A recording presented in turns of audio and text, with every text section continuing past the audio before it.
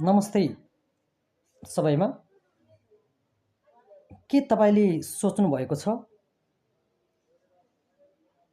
हाम्रो टाउकोमा ड्यान्ड्रफ किन हुन्छ? के कारणले चिलाउने गर्छ र यो ड्यान्ड्रफ कसरी बन्छ भनेर सायद धेरैजनालाई थाहा नहुन सक्छ। त्यही भएर मैले यसको बारेमा केही सानो एउटा भिडियो यहाँ तपाईहरुमाझ प्रस्तुत गर्न गइरहेको छु। ड्यान्ड्रफ के हो? ड्यान्ड्रफ हाम्रो टाउकोमा मालासेजिया भन्ने फंगसको कारणबाट हुन्छ र यो मालासेजिया फंगस प्राय सबै मान्छेको टाउकोमा हुन्छ र यो सामान्य रूपमा यसले केही क्षति गर्दैन र यो अलि बढी भयो भने यसले समस्या पार्छ। हाम्रो टाउकोको तेल जसलाई चाहिँ प्राकृतिक तेल जसलाई सेबम भनिन्छ, यो सेबमको मात्रा बढी भयो भने मालासेजिया फंगसलाई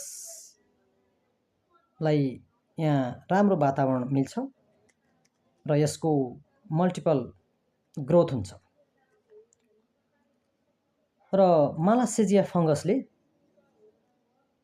यो लाइफेज एन्जाइम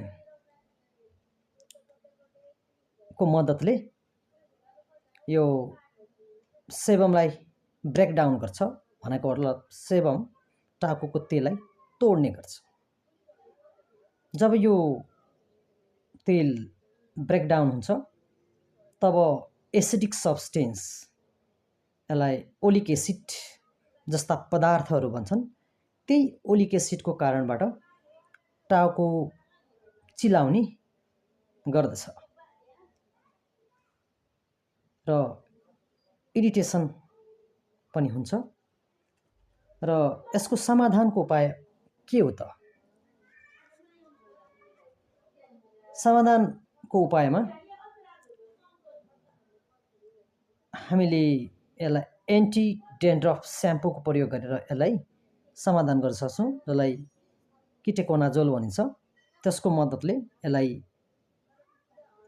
2-3 टाइम्स पर विक मा यसले चाहिँ नुहाउँदाखेरि यसको समस्याबाट अलि टाढा हुन सकिन्छ।